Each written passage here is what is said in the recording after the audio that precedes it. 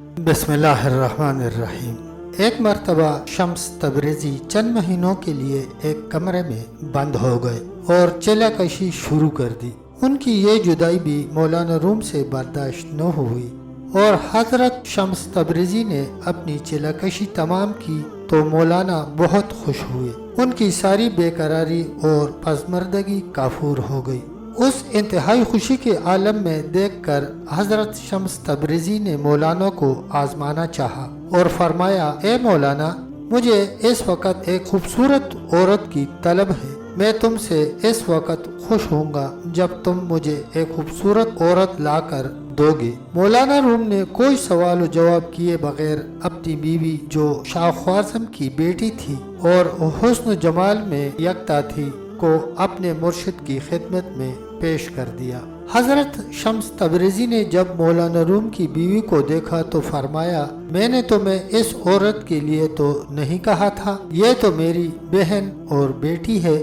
مولانا عرض گزار ہوئے، حضرت، میری نظر میں اس سے خوبصورت اور کوئی عورت نہ تھی۔ دوسرے، میں اپنی پیاری سے پیاری چیز آپ پر قربان کرنے کا متمنی ہوں۔ اس پر حضرت شمس تبریزی نے جواب دیا، مجھے اب عورت کی خواہش نہیں، اگر تم لا سکو تو ایک نوخیز اور خوبصورت لڑکا لا دو۔ مولانا روم اسی انداز میں اپنے مرشد کے حجرے سے نکلے اور بغیر کسی سوال و جواب کے اپنے گھر روانہ ہوئے اور اپنے چھوٹے بیٹے کو ساتھ لیا اور حضرت شمس تبریز کی خدمت میں پیش کر دیا۔ حضرت شمس تبریزی نے اس مرتبہ بھی مولانا کی سرزنش کی کہ میں نے تمہیں یہ لڑکا لانے کو تو نہیں کہا، یہ تو میرا بیٹا ہے۔ مولانا نے عرض کی، مرشدی مولائی، میں آپ پر قربان ہو جانا چاہتا ہوں۔ میں کیوں اور کیا کی زبان نہیں جانتا، میں تو حکم کا بندہ ہوں۔ میرا کام آپ کی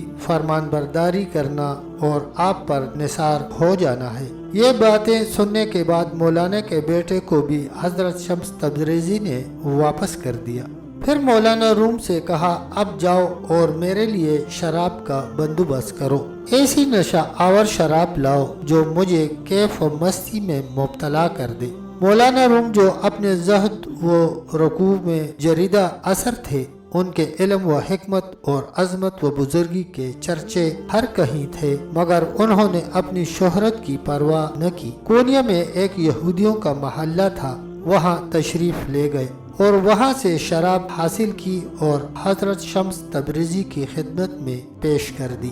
حضرت شمس تبریزی نے جب شراب کی بری ہوئی سراہی دیکھی تو کافی دیر مولانا روم کی طرف دیکھتے رہے، پھر شراب کی سراہی کو دیوار کے ساتھ دے مارا اور ساری کی ساری شراب گرا دی۔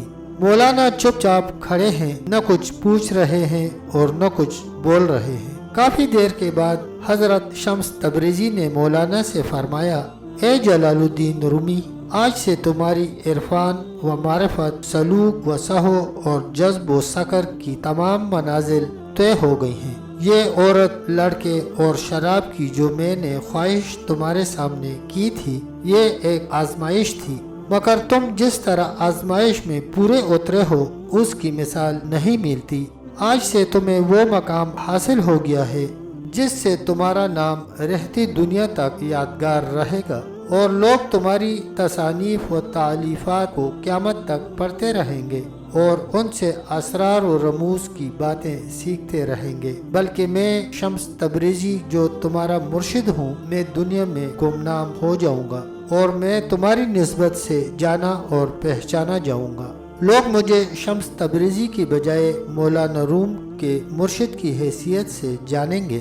ان باتوں سے مولانا روم کی خوشی اس قدر بڑھ گئی اور آپ حضرت شمس تبریزی کی محبت میں اس قدر آگے بڑھ گئے کہ آپ نے اپنے ایک شعر میں فرمایا، میں کبھی بھی مولانا روم نہ ہوتا اگر مجھے شمس تبریزی کی غلامی میسر نہ آتی۔ تب تک دوستو اتنا ہی، ملتے ہیں انشاءاللہ ایک اور ویڈیو کے ساتھ، تو تب تک کے لیے اللہ حافظ، اللہ نگہبان۔